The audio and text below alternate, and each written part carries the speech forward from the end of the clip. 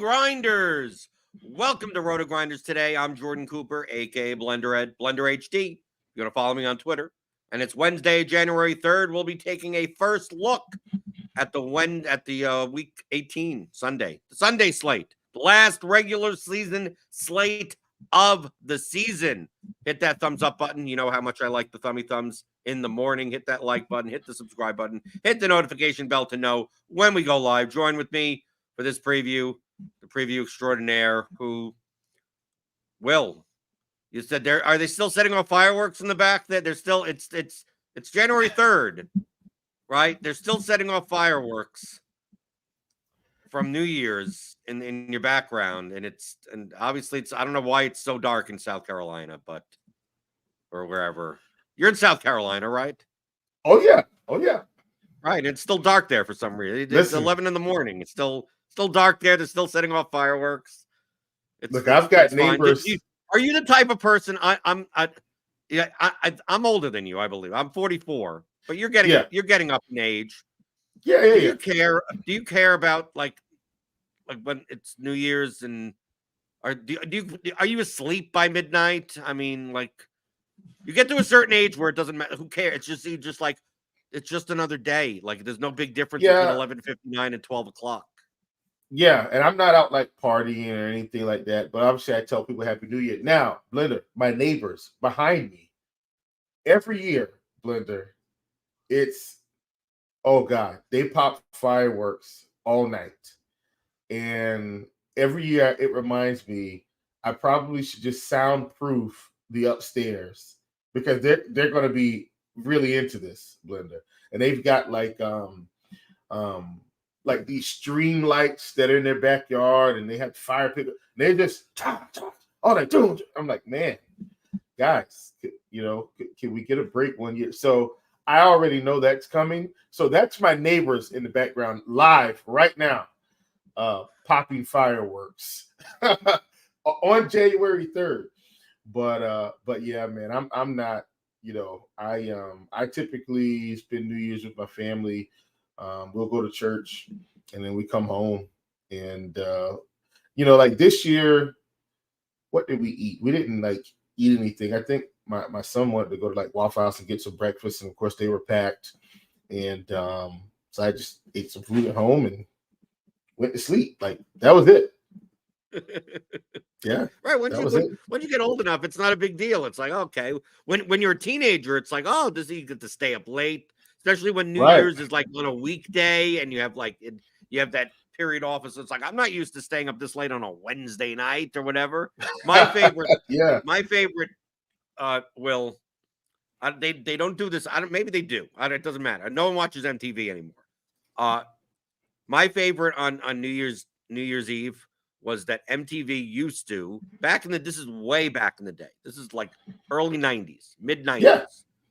They would do the top 100 music videos of course. Yeah. And they do the whole day. Like they start at noon and go all the way to like 11 o'clock at night because then they have the ball dropping, whatever show.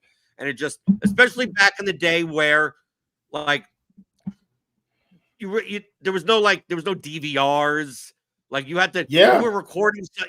You couldn't buy all the CDs or the cassettes. So you had to like, record songs off the radio on your little cassette player. Of course. So have the DJ on it on your mixtapes and stuff. So like it's like, oh, all the best music videos of the entire year. And then you're just like, what's gonna be in the top 10? What's gonna be number one? Like that's taking me back. That was my excitement. My excitement was the top 100 music videos of the year on MTV.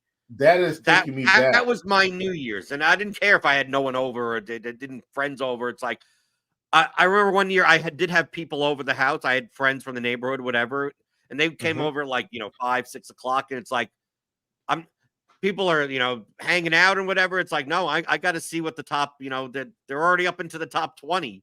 It's like I'm paying more attention to the I need to see what music videos came out because there's no like I'll check it out later. You'll watch it on YouTube. Or there'll be some list on the internet. This is pre-internet type of thing. So to me, that was the most exciting part of New Year's Eve. Blender, listen, and I know I keep saying that takes me back, but I'm sitting here thinking about this.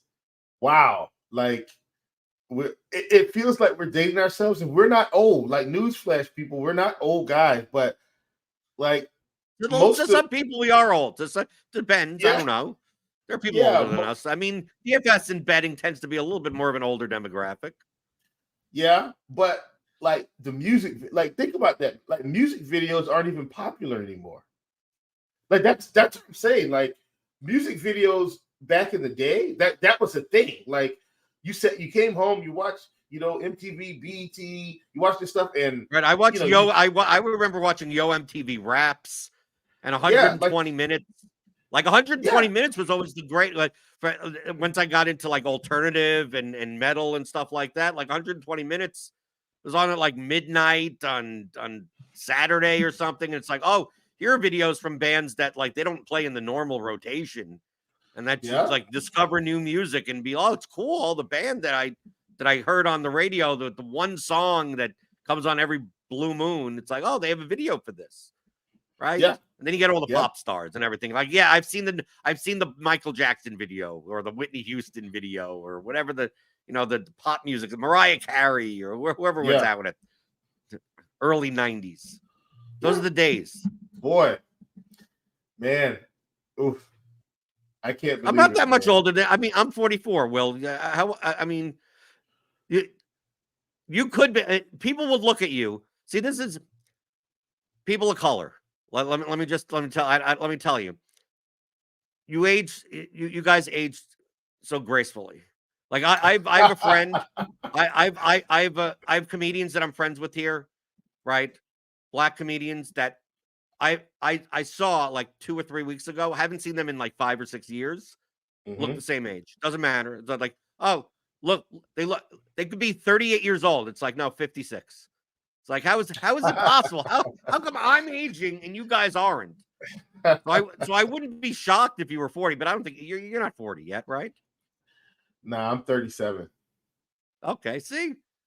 But the thing is, we're relatives because we grew up in the same time frame. Same time period. But I'm telling you, Will, we're going to be doing this show on a Wednesday, previewing an NFL slate 20 years from now.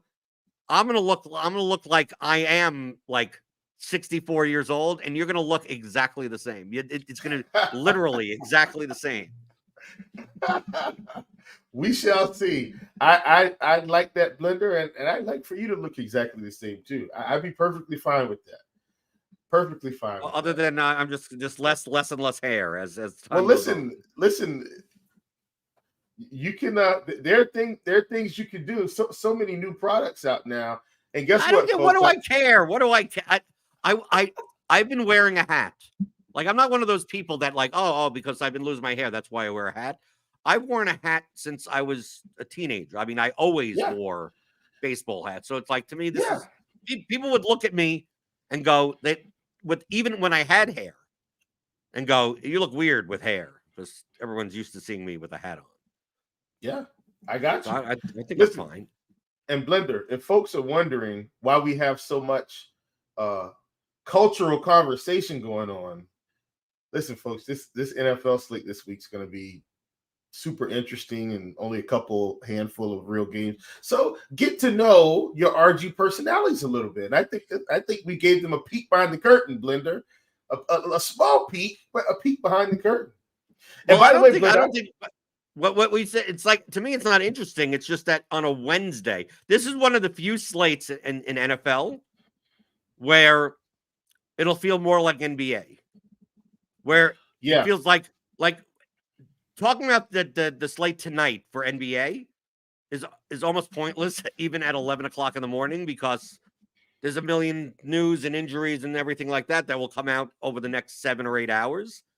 NFL, it's going to work out the same way, but not necessarily even due to injury, just who's even playing. I mean, we have people in our projections right now that I guarantee you will not be in our projections come Saturday. Right? It's not just I'm not saying it's the injury players. Yeah, we got the news. Christian McCaffrey isn't playing. Right? Well, we already knew that. We knew that last week. Like we already knew. They've won the conference. The teams that are in and don't really have any need to improve, they're going to be sitting players, right? And guess what, Blender? They better. Could you imagine Patrick Mahomes going out there Sunday and having a season-ending injury? McCaffrey, Debo Samuel, and I'm saying Lamar Jackson. Could you imagine them rolling out there and then get hurt? And it's like, hey, guys, by the way, Lamar's not going to be able to play at all the rest of the year. Listen, it'd be pandemonium. So I'm all for these guys sitting when it doesn't mean anything. Like Dallas has to play, Philly has to play because it means something. You got to play. But if you've won it already, don't put your stars out there in harm's way because anything can happen, right? Like non-contact, even Blender. How many you like Jamal Charles? Do you remember the Jamal Charles non-contact injury when he was with the Chiefs? I'm not sure if you remember. I mean, it was just a regular, ordinary play, non-contact, and he's down. So I'm all for these guys sitting. I'm going to hop back to a peek behind the curtain, Blender. I know you talked about your comedic friends, and I may have told you this before. I don't know how many people, but I did stand-up comedy in college. At a local comedy. I want to get a tape of that. Do you have a recording of that? Man, listen, one of my friends used to record it, and I had one. I used to have like my first performance somewhere, and so because my first performance, I was never a nervous guy, and really my first stand-up comedy performance was probably when I was a freshman in college, but I wasn't actually doing a real set per se, but it ended up being a set.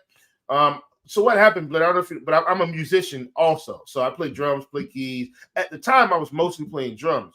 Well, at the college I went to, every year they had a freshman talent show. And so what would happen is, all the freshmen would come out and, perform, sing, dance, whatever. Well, I was playing drums with like a group of singers. So, one of my frat brothers and one of my long-standing college friends, Quan Marshall, he played piano. Had a guy that we played with named Otis. He played bass. I was playing keys. A couple other guys. We had some horn players. We're all freshmen. Well, what happened was, Blender, they didn't really have anyone.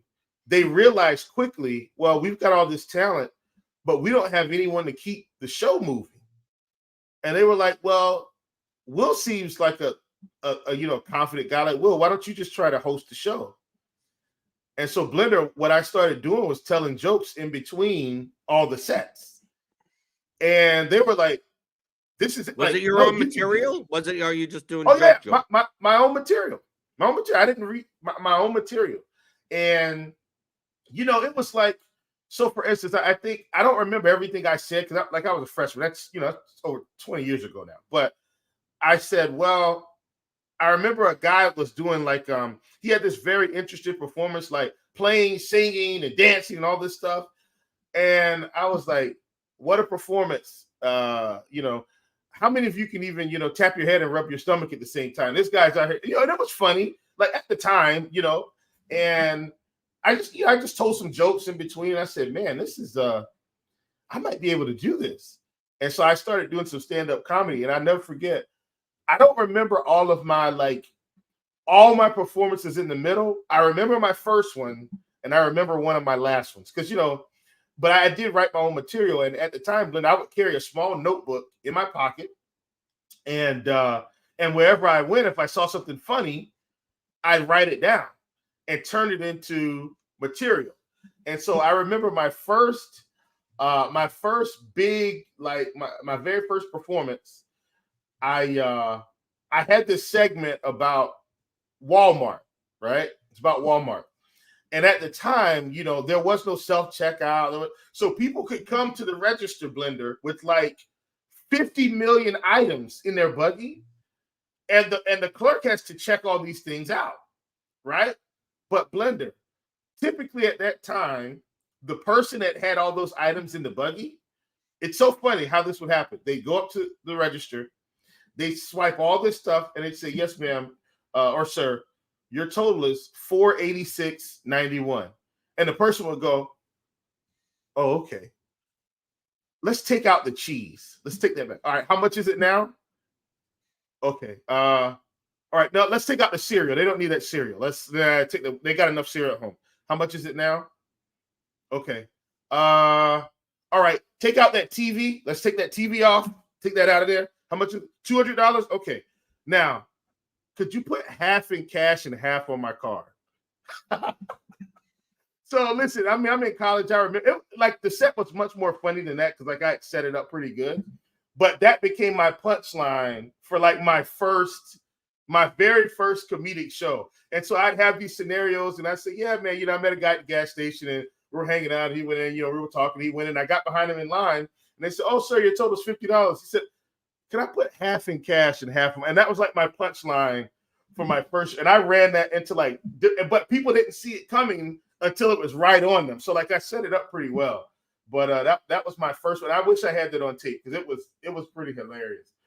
Thinking back, because I'm at that time I'm 17 years old with people in there that are like 40, 50, 30. You know what I mean? So like I'm a young kid. So it was pretty fun. Mac 4 in chat says, please stick to props, Will. Listen, Matt, like don't judge what you hear right now. You got to think, Mac, I'm 20 years older. Like you got to think about me as like, trust me, it was funny. So what I'm doing now is I'm actually just telling. That's not a good thing. Comedian shouldn't. You don't say that as a comic. You just don't do your material in a non-stand-up environment. You go, trust me, it was funny. Well, Blender, I don't care. I'm not a stand-up comedian anymore. Like I'm basically telling the story. Did you ever do like an open mic? Have you ever done I know that. Of course. This Comedy House. You got no. I didn't do Comedy House. I didn't do Comedy House, but I did. Like I said, I did my local one, and it was open mic. Like that's how you got on. So like, right, that's how you do it. Yeah. It was open mic. But Matt, listen.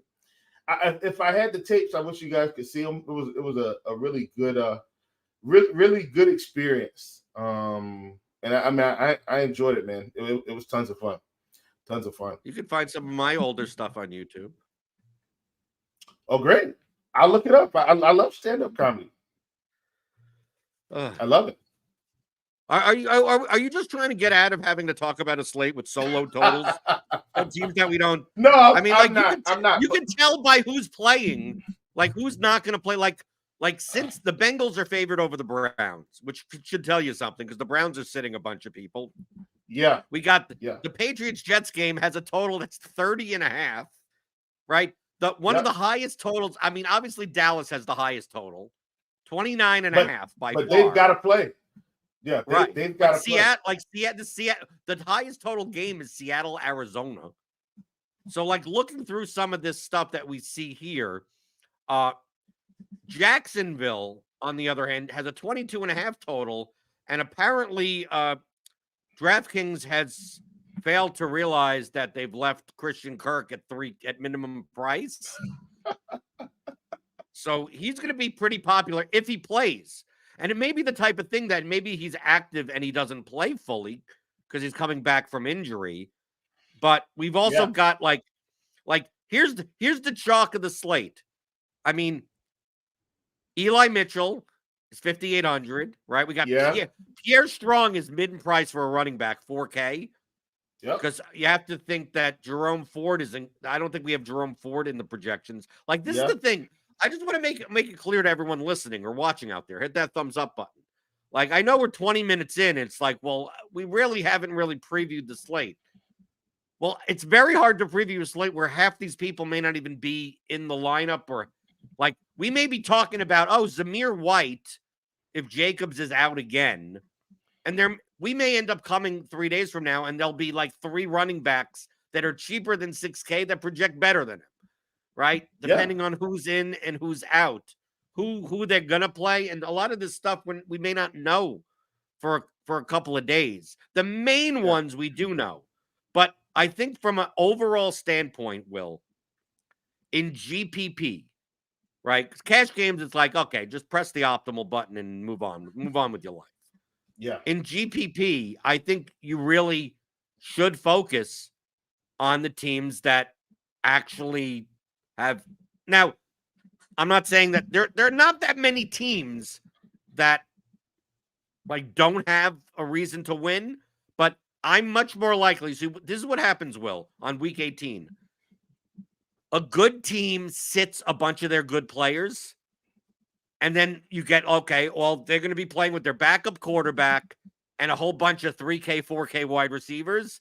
And people look at the name of the team and they go, how do I not play the Chiefs with Blaine Gabbert and a bunch of 3K? Like, no, they're bad. They're bad. The team name doesn't matter anymore. So, like, I'd much rather play teams that aren't as, quote, good, but are playing their actual starters and need to win, than play, I'm going to take a shot on the, I mean, does Arizona need to play? I mean, no, they don't. They don't. Right. So here's the thing, Blender, and that's what I think is important. The Browns aren't going to play just based on the standings. Browns aren't going to play their guys. Well, let's talk about the people that are going to play their guys that need to win, because it's not as many as you think, but it's not great. So the Buccaneers are going to play their guys. If they win, like they have to win. I think if they lose and the Saints win, they're out. Right. If they win, I don't know. Will, I just want to be clear for people. I don't care whether or not these teams win or not. It's just that I don't want to roster players that are either going to be rotated in a million times or not play the second half, and all that weird stuff happens on week 18. So like Tampa Bay will be playing their starters the entire way through. Correct. Right. And the only time they'll sit them is if they're up by like 7 touchdowns, and then you're happy anyway because they scored a whole ton of points anyway. Right. And so will the Saints, and kudos to the league for having both of their games at 1:00. Because if the Saints game was at 4, as an example, and the Buccaneers have already won, the Saints have no reason to play their guys because they're already out. So the Buccaneers will be playing their guys, the Saints will be playing their guys. Whoever wins, if Tampa Bay wins, then even if the Saints win, it doesn't matter. So the Saints have to play to win, and the Buccaneers have to play to win. Lions, it doesn't matter. Jaguars have to play their guys. But I mean, you take a look, Will, at a game like the Bengals Browns. Does that game matter at all? It doesn't matter for the Browns, but Jake Browning's probably going to play anyway because he's already the backup, and maybe he has some misfits. Like I wouldn't trust the receivers. I might trust Browning for 3 quarters, but you get what I'm saying. I'm not talking about the quarterbacks here. I'm talking more about, do you really want to play Jamar Chase and T. Higgins and these types of guys? No, that's what I'm saying. Yeah, there's really no incentive for them to play 100% of the snaps. And I mean, you take a look at the line. Do I really want to play Amon-Ra St. Brown? No, that's what I'm saying. Yeah, Lions. I don't think you can touch them. The Jets Patriots game is the 30.5 crap show. It's a disaster already. Right. Yeah. Like Tennessee has nothing to play for. Like, do I really trust DeAndre Hopkins in this spot? Yeah, incentive-wise. Well, he does have some incentives, and maybe he gets to the incentives and then he's out. Like, because I'm talking about from a team perspective incentive. They're out of the playoffs. They're not in the playoffs. But I think, see, that's the thing. I don't start checking incentives until like Friday, Saturday, right before the Blitz show. So I haven't looked at, but I know for sure because he was on my incentives list last week, and I think he cleared 1 or 2, but he still had some more he could clear. He gets a couple more catches. He'll make another probably 500,000 or whatever, which that's good money. So yeah, I think that for him. Also, shout out to the league. Eagles and Cowboys are playing at the same time, and both of those teams have to win because both are playing division games. So you should be able to get some good stuff from Philly, good stuff from Dallas. Like that's probably those are probably going to be your best expensive pieces of the week. And then also, but this one's not on the slate, so it kind of doesn't matter, but it will be good for Showdown. And I know we're just talking about Maine, but Bills and Miami means a lot. But that's Showdown, but they're not going to sit anyone. So that should be Blender. That might be some of the best Showdown in terms of players we've had in a while. So those are kind of where we are this week. And then same thing for Houston and the Colts. They have to win. That's Saturday, but I'm just talking through who needs to play and win. Right. Well, And the Seahawks have incentive. I mean, I'm looking at this right. Seattle 25-point total going. I may want to play some Geno Smith stacks. Do the Packers have anything to play for, really? They I think they kind of do, but they're going to need some help. So if they have to win, and I think I don't know, the Buccaneers, like a couple other teams have to lose, and the likelihood of all those teams losing is like not good. But they still have to play. Let me look that up while we're live, Blender. Yeah, but I mean their team total is pretty high, 23.75. So I'm going to assume that they're playing their start. I mean, the Packers are going to play as the Packers. But I mean, the disparity between a game like that and a game like the Chiefs Chargers is night and day, because like the Chiefs are sitting people and the Chargers ain't making the playoffs. So it's like it's Easton Stick versus Blaine Gabbert. Like, I'm not interested. I mean, we're gonna have some 3K receivers in this game. Denver, like the Broncos and the Raiders. Is there any reason why either of these teams, like, I think these teams would rather just have this week off and just not even bother. They'd just rather sit at home. Right? I'm assuming so. The 49ers Rams. Yeah. I mean, you take away they're sitting people. I mean, just you look around here, it makes it more and more. I mean, CeeDee Lamb is 9,300, and we're going to get value. So, we're going to have tons of 4K running backs and 3K wide receivers. I could see CeeDee Lamb being absurdly owned on this slate at 9,300. But the Dallas has a team total that's almost a touchdown higher than any other team on the slate. They're facing the Commanders defense, who honestly are awful. The Cowboys are actually way more pass heavy than most people think. Yeah, their running game has been awful this year overall anyway. So they've had to pass. Is this no, what happens, Will, is this the Pollard game? No, but seriously, Blender, it could be down the stretch. Like they throw for a couple touchdowns early. Maybe they're up, Blender, let's call it 35-14 in the in the third. And there's like 8 minutes left in the third quarter or something. And he just like gets 5 carries on that drive for 60 yards and a touchdown. You know what I'm saying? And then he kind of blows through the slate because he's already had like 42 yards in the first half. A couple catches for 30 yards, and then in the third, he breaks one. Like that could easily make it the Pollard game. And he hadn't had to do anything crazy. He just played within the normal flow. So I get it. Like it could be. I also want to show people what we currently have in our projections. Obviously, these are going to get updated a million times before Sunday. Like we take a look at San Francisco and you go, okay, normally San Francisco is the type of team where it's like one of their guys goes off, Ayuk, Kittle, Debo, McCaffrey, like every game, one of them. So you probably might as well just have one 49er in all your lineups. But if you take a look at these projections, like obviously we have Elijah Mitchell in and McCaffrey out.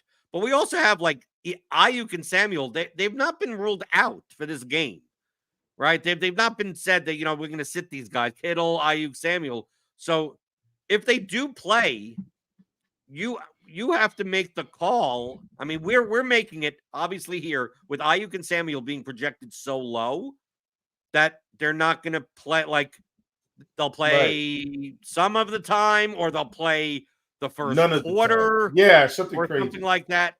So I'm banking on Willie Snead and all these other band of misfits playing for the 49ers on Sunday, for what it's worth. Like Willie Snead, Jawan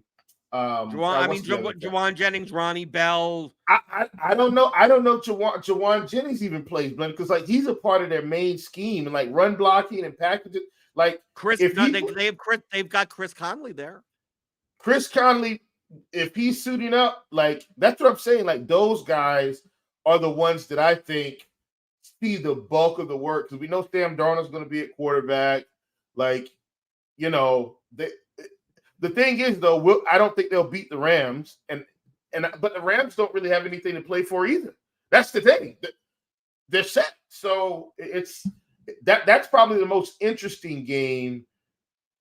Like between two teams that have nothing, like both of those teams are already in.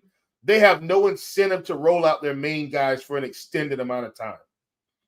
Right, but I'm also want to highlight that if we get word that like one of these guys is just not going to suit up at all, it's obviously going to bump the projections for the other receivers. So like Yeah. you may look at this and go like, oh, well, Ayuk and Samuel are in, which means like the 49ers don't rate out well. Well, if they rule out Debo and Ayuk, I mean, and Jennings plays, I mean, you're going to get a lot of these sub 4K receivers that are actually going to project pretty well. But until that news is known, it's not going to be like the way that we do projections here at RotoGrinders is that if they're questionable or better, like they're going to be factored in someone in the projections. So understand that this week around the industry, projections are going to be very, very fragile.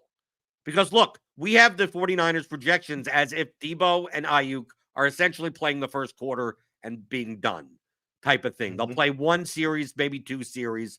But if you have a take that, you know what, I think they just play Ayuk the entire game and like no one wants to touch him because they're afraid, then go for it. And there's also understand that, let's say, you know, we have all these situations where, you know, Cleveland's sitting a whole bunch of people, right? Yeah. So you got Cleveland here, and it's like, okay, Cedric Tillman, 3,900. David Bell, 3,400. Marquise Goodwin, 3,000. James Proche, 3,000. You got, you know, I mean, like, how much are they going to play Kareem Hunt? Like, you take a look, how much data do we have on the Browns playing without, like, Elijah Moore and Ford and Cooper and a decent starting quarterback? Like, just because we project like Cedric Tillman to have like 22% target share doesn't mean that actually happens. It could be that David Bell is the one. It could be that Marquise Goodwin is the one. We go to other teams. Yeah. I mean, this will happen across the board. You take a look at all these, especially the teams that have nothing to play, that don't have anything to play for. So you look at the Chargers and you look at the Chiefs and you look at the Raiders. Like, yeah, I know Devontae Adams got like 21 targets last week, but is Devontae Adams really going to, do you think in the last game of the season that he's going to be out there, you know, catching 21 balls? Maybe he does. Maybe he doesn't. Maybe Trey Tucker's the guy that you want. So, like, all the inputs for any projection around the industry is going to be extremely fragile. So this is very, very similar to week one of where you just have preseason to go by and no one knows anything. This is a no one knows anything type of week. So hence why we're doing this preview on a Wednesday. And how much can we really, we talked about stand-up for half the time and MTV, like for entertainment purposes. Like, yeah, this is the type of slate where, dude, you could play 2%, 3% owned guys that end up putting up a ton of points, and guys that end up being 20% owned. It's like, oh, you gotta play Pierre Strong at 4K. Well, what happens if they just give Kareem Hunt the ball all the time? Like, if Pierre Strong doesn't do much, like, no one knows. Or it could be the complete opposite. You could be like, oh, well, maybe Pierre Strong just gets 26 touches and 5 catches and ends up scoring 32 points for the Browns against the Bengals defense. It could be either of those two. So don't necessarily treat, especially like, oh, well, this guy projects for like 1.5 points more than this other guy. Dude, 1.5 points on a week 18 slate. Like, no one knows anything. The error bars on these projections are going to be much wider because unless you're at practice, right? Unless you're seeing the schemes and the formations and the squads that they're running in closed practice, you don't really know what they're going to do. Who knows? Bengals come out and go, you know what? We're going to have the Browns defense. They're sitting most of their starters, and Jamar Chase just goes out and torches everyone, right? And Browning just throws them the ball, and the Bengals go and they score 42 points for no reason. And Chase has 16 for 226 and 3 touchdowns. And you'd come back to us and go, well, what incentive did Chase have? Well, you never know. Behind the scenes, they're just like, you know what? Let's just go out and have some fun, and who cares? Maybe that's what they do. Yet another coach may look at this. The Rams may look at it, and you go, oh, I played Puka Nacua. And then you wonder, you're watching Red Zone, and you're seeing like where's his number? Where is he? And he's on the bench like for most of the game. And it's like, yeah, but I thought the Rams would do. Yeah, you don't know.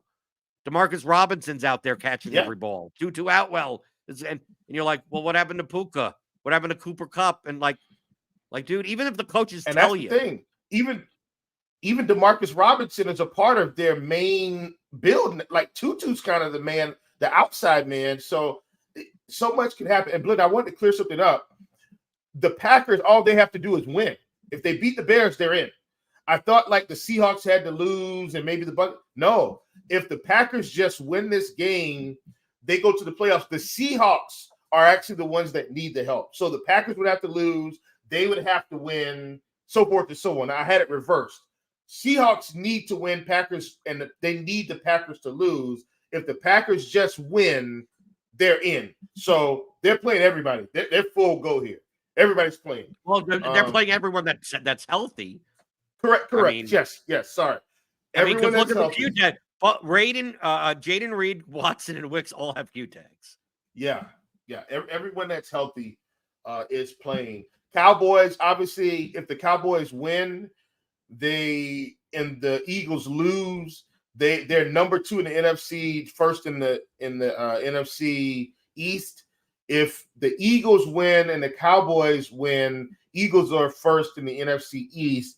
But so they'll get that home field advantage for the first game. But the Eagles absolutely have a worse matchup. I know they're playing the Giants. Don't hear what I'm saying, not what I'm not saying. I'm saying the Cowboys are playing the Commanders and the Eagles are playing the Giants, and they have a much more rough matchup, especially with Tyrod playing at quarterback. So the Eagles are going to have to earn this one, where I think we feel like the Cowboys may have more of a cruise control scenario. I do think it's in the cards that the Packers could lose this game. Bears have been playing a little bit better down the stretch. Defense has been a little bit better. So the Packers are going to have to earn this win as well. It's not going to be a gimme. So it's going to get interesting, later in the day with a lot of these teams playing at 425.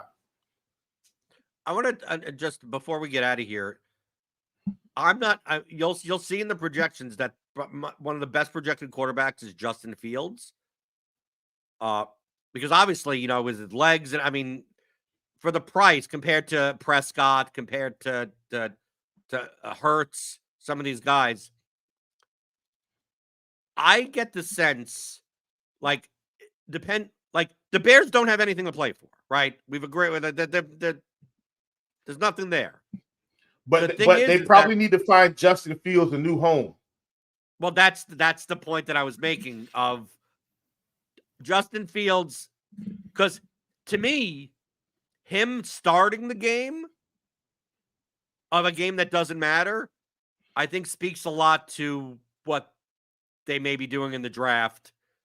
Yeah. This coming, I don't think, I mean, this is just my opinion, that if Justin Fields is active and starts, it's not like he's going to play one series and sit and be like, we got to protect our franchise quarterback. No. He's either going to be inactive. Maybe, hey, the Bears could come out tomorrow and say Justin Fields is going to be sitting and we're not going to play him because we're going to protect. But that's a sign that, they view Justin Fields as the guy. The guy, right. But if he's in, you go, well, he's not the guy. He's like, yeah, but he also wants to show the rest of the league that he could be the guy for another team. And the Bears almost want him to do well enough where they could get max value for him and go, look, here's a showcase.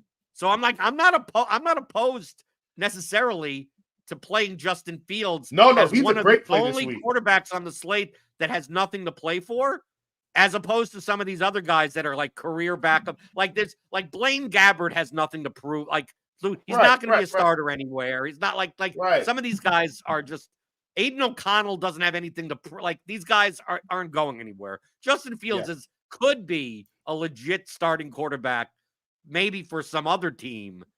The Patriots. There is an incentive I'm there saying for that him to do teams.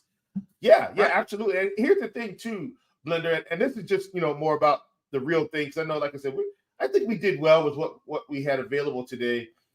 I do think Justin Fields is good enough to be a starting quarterback. I just think the organization, all the moves they've made, like I think everybody feels like Caleb Williams is like the next big thing. And so there's both camps, right? There's a side of this that says, well, Justin Fields could be really good. Just keep adding the pieces that you need to make your team successful. So instead of going out and getting Caleb Williams in the draft, you say, well, wait a minute. We can get the best offensive lineman in the draft, which helps our team, or the best defensive lineman, or the best quarterback. Like that. The problem is they're going to have the number one pick. And so if they pass on Caleb Williams and then Justin Fields just doesn't play well, it's going to be like, what if? So I think I don't think they should. Like, honestly, I think they should stay the course, but I don't think that's what they're going to do. I think they're going to draft Caleb, and I think what they're probably going to do is try to trade Justin to somewhere and maybe get a couple more assets to help Caleb Williams. But I don't know how they're going to do that or where he's going to end up. Like, I mean, I do have some ideas of where he could go. Like, there's some teams that could use Justin Fields if they're hitting the reset button, like the Raiders. Like, the Raiders could use Justin Fields. As crazy as this sounds, the Vikings could use Justin Fields with Kirk getting hurt. I don't know how they're going to view the Kirk situation.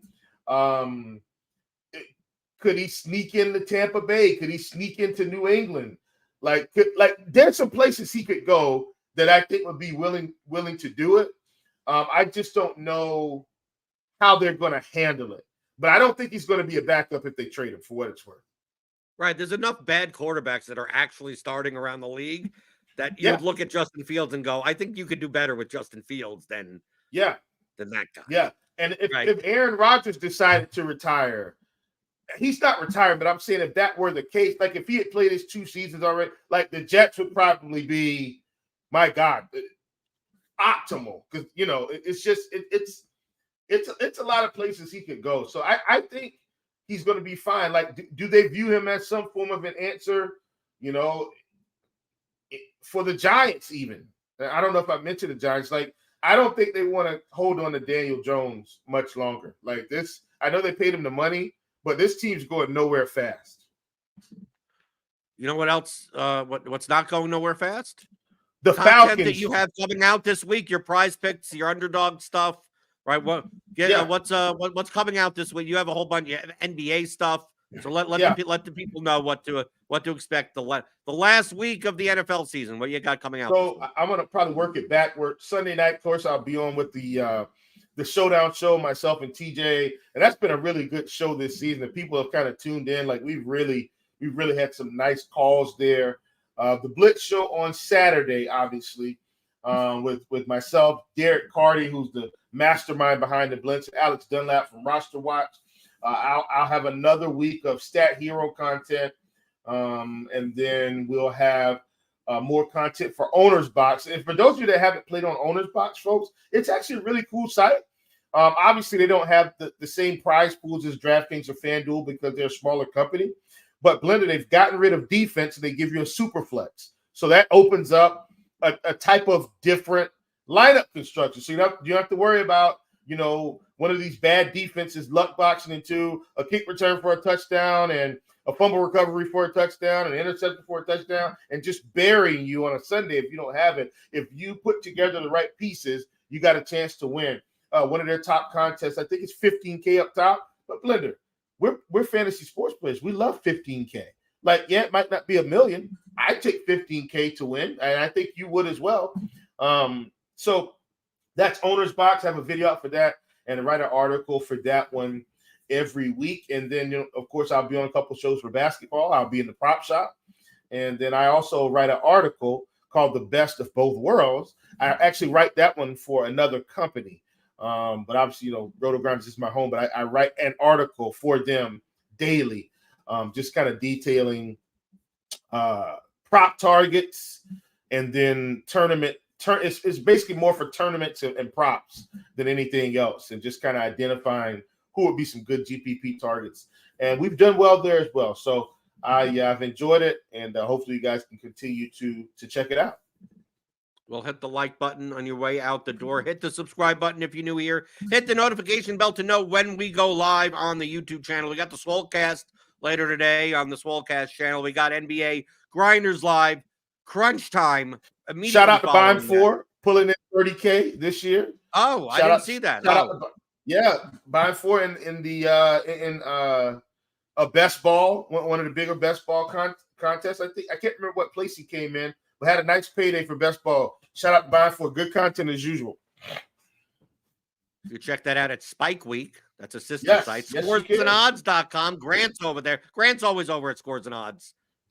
He got the turd bombs and the turd dings and the turd touchdowns, and they got. If you want to check out a bunch of turds, go over to scoresandodds.com. And obviously, turd bombs coming back real soon too.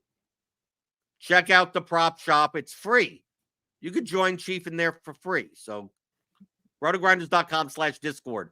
Join our Discord. I got a channel in there, but it's only for premium members. So you got to be a premium member. Click on that link in the description. Get $10 off your first month. Join us here at RotoGrinders. I'll be back tomorrow. TJ's on. I don't know what we'll be talking about. I think it's going to be NHL tomorrow because we don't got a Thursday night football game, but it could be a smorgasbord of topics. You never know, right? You never know. Maybe we're talking about music videos. Maybe we're talking about stand-up comedy. All I know is that Will's neighbors behind there, stop with the fireworks. It's January 3rd. We don't need the fireworks anymore. So for Will, I'm Jordan Cooper, a.k.a. BlenderHD. Follow me there on Twitter.